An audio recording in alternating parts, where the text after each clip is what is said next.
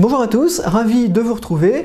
Je vous emmène aujourd'hui de nouveau à Sahur, toujours dans le cadre de la restauration de l'église, et je vais vous parler plus en détail des vitraux du XVIe siècle qui ont été retrouvés dans une caisse abandonnée dans la sacristie.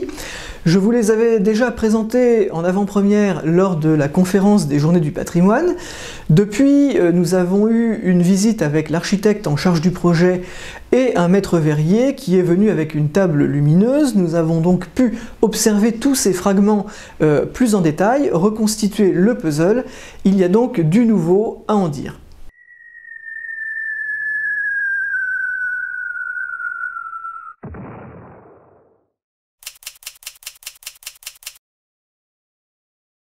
Alors tout d'abord, nous avons pu regrouper les morceaux qui vont ensemble.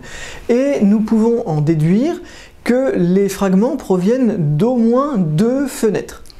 Les fenêtres gothiques dont nous parlons sont des fenêtres de style gothique flamboyant. C'est un style qui apparaît dans la deuxième moitié du XVe siècle et qui se poursuit tout au long du XVIe siècle et même encore après dans les églises, et qui présente la particularité d'avoir des formes qui lui donnent son nom, c'est-à-dire des formes de flammes dans le détail des remplages en maçonnerie, c'est-à-dire ce qui dessine les contours des pièces de verre.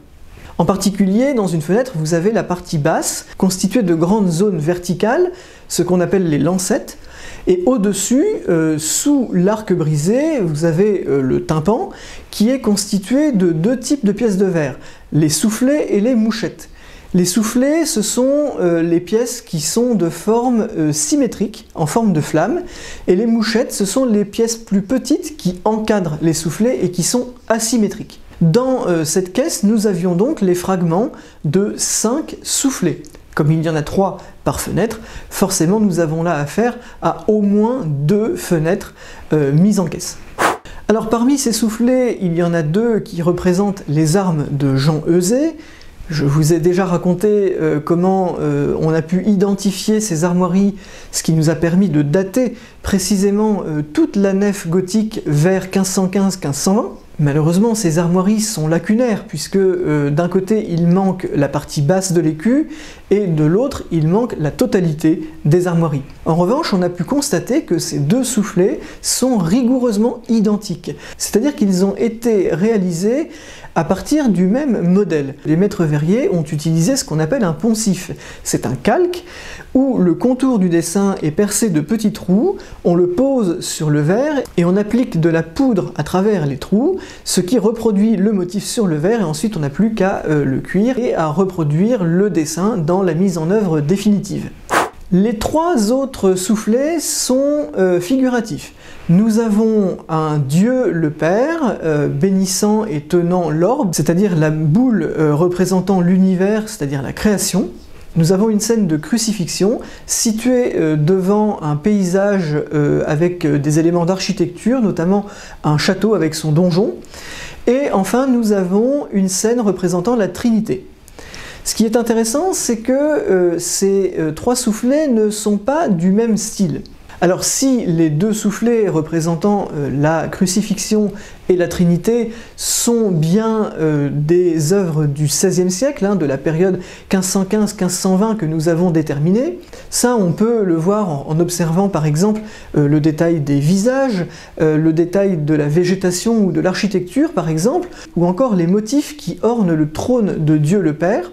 En revanche, le soufflet représentant Dieu le Père bénissant et tenant l'orbe, lui est d'un style complètement différent, beaucoup plus archaïque. Alors pourtant, il a bien été créé vers 1515-1520 puisqu'il rentre dans les fenêtres que nous avons datées. Alors comment se fait-il qu'il présente un style plus ancien? En fait, c'est parce que des modèles circulaient, notamment sous forme de gravures, parfois même dans toute l'Europe. Et il se trouve que dans l'église de Caudebec-en-Caux, nous avons quasiment le même motif dans la baie 101, c'est-à-dire celle qui se trouve au-dessus de l'autel du côté gauche, qui est une grande verrière représentant en partie basse une scène de crucifixion. Et dans la partie haute, on a donc ce Dieu le Père trônant, entouré dans les mouchettes de petits archanges monochromes.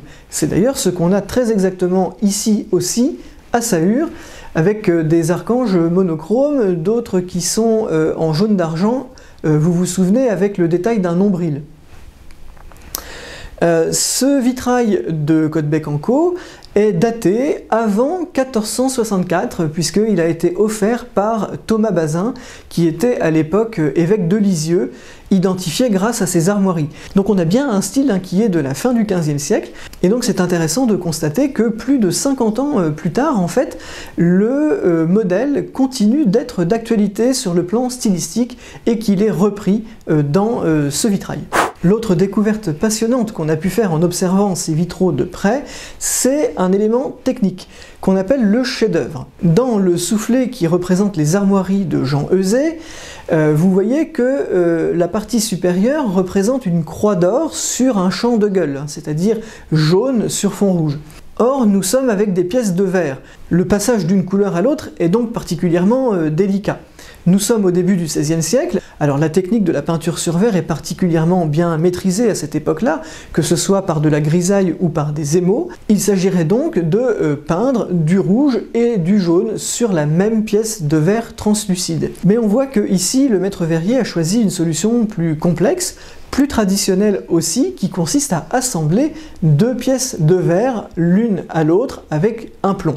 Le problème, c'est que le motif de croix jaune doit se trouver complètement entouré de rouge. On aurait donc pu encadrer la pièce jaune par deux pièces rouges et relier le tout par un plomb vertical.